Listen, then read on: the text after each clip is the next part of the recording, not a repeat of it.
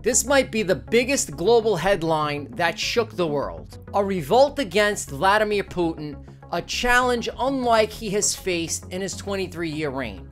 And this is not something you can see every day. It was a remarkable coup led by a man named Yevgeny Prigozhin, the chief of the notorious Wagner Group, also known as Putin's chef.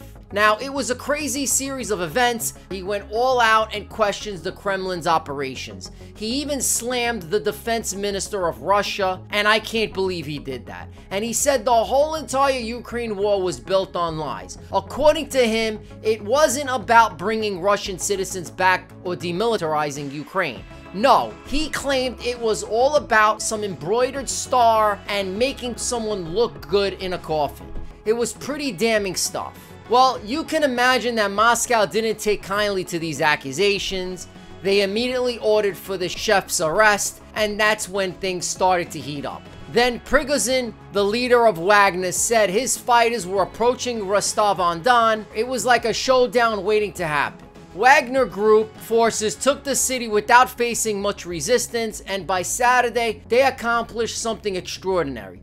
They captured the city in Russia, and it was a moment of triumph. And they were riding high on their victory. They were brave. They thought they could conquer anything. And filled with confidence, they set their sights on Moscow, the capital of Russia. It was a bold move, a massive column of the Wagner Group, and their vehicles began their journey towards the heart of power. However, the Kremlin, which is the center of the Russian authority, was shaken by their actions. Moscow held immense importance for them, and the Wagner mercenaries were determined to reach it. Now, that's when Putin decided to address the nation. He saw this as a stab in the back for an entire country. Мы не дадим этому повториться.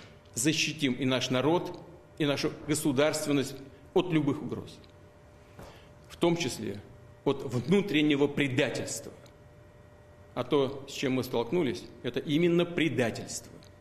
Непомерные амбиции и личные интересы привели к измене. К измене и своей стране, и своему народу, и тому делу, за которое бок о бок с другими нашими частями и подразделениями сражались и погибали бойцы и командиры группы «Вагнер». This reminds me of the movie The Godfather. It seems to me that that's what it is. Now, he spoke passionately, vowing to prevent the civil war from breaking out, and he promised to protect the people and the state from many threats, including internal treachery. He labeled the situation treason, caused by unreasonable ambitions and personal interest. He emphasized the betrayal of their own people and the shared cause that the Wagner fighters and commanders have fought and died for. Even so, Wagner was resilient. By Saturday afternoon, they were less than 400 kilometers away from their destination, and the Wagner army was marching on just hours away from the capital. But then something unexpected occurred. Prigozhin made a sudden decision and hit the mission abort button. And it turns out he did it to avoid bloodshed. But the surprising part was that the compromise was not brokered by Putin, as many would assume. Instead, it was Belarusian President Alexander Lukashenko who played a role in this negotiation. We all know about Yushchenko. It seems like Belarus is an extension of Russia, and he managed to bring both parties to the table and find a way to resolve the conflict. So, what were the conditions of this deal, you ask? Well, Wagner forces agreed to halt their march. Second, Prigozhin would leave for Belarus, and third, the criminal case against him would be dropped. And finally, those who had joined the rebellion would not be prosecuted. These terms were crucial in ensuring a peaceful outcome. We witnessed Prigozhin leave the town. He captured Rostov-on-Don in an SUV on Saturday night. It was a bittersweet moment, and some local people cheered for him, showing their support. Others reached out to shake his hand like he was a celebrity, to express gratitude for his efforts. Meanwhile, the Wagner mercenaries went back to their bases in Ukraine. And just like that, the rebellion was over. It came to an abrupt end just as quickly as it had started. But let me tell you, this was no ordinary revolt. It was the biggest challenge that Putin had faced during his rule, the most serious security crisis in Russia since 1999. And mind you, all of this was happening while Russia was still embroidered in a war in Ukraine. Can you imagine the strain it put on this country? Moscow had to divert its already limited resources from Ukraine to protect its own territory. Putin had to mobilize forces to defend himself from a private army that he himself had his hand in creating. And it's a precarious situation because now let's talk about the implication for the Russian president. He had his hold on power weakened.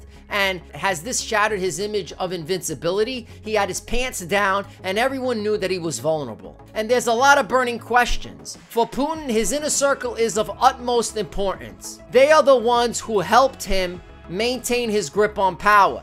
And Prigozhin, well, he was part of the inner circle. He was a close confidant until he decided to revolt against Putin. Putin really underestimated him, and it's caused quite a situation. Now, what does this mean for Prigozhin? Well, who knows? He might end up getting poisoned. I mean, it seems like a mafia movie, to be quite honest with you. And technically, he's a free man, but the truth is, he's got a target on his back now, and he needs to watch his every step and be cautious. And what about the group of fighters, the Wagner Group? They've been fighting in Putin's war in Ukraine, playing a significant role there as well. But you know what? Things have changed. Moscow used to support them, but not anymore. Their future is uncertain, and it's hard to predict what will happen to them. The impact this will have on the war in Ukraine is also unclear. Russia is trying to convince everyone that it won't affect the war, but honestly, it's a tough sell. This could potentially pose a challenge to Russia and Putin's leadership. Now, if you like this video, check this one out as well.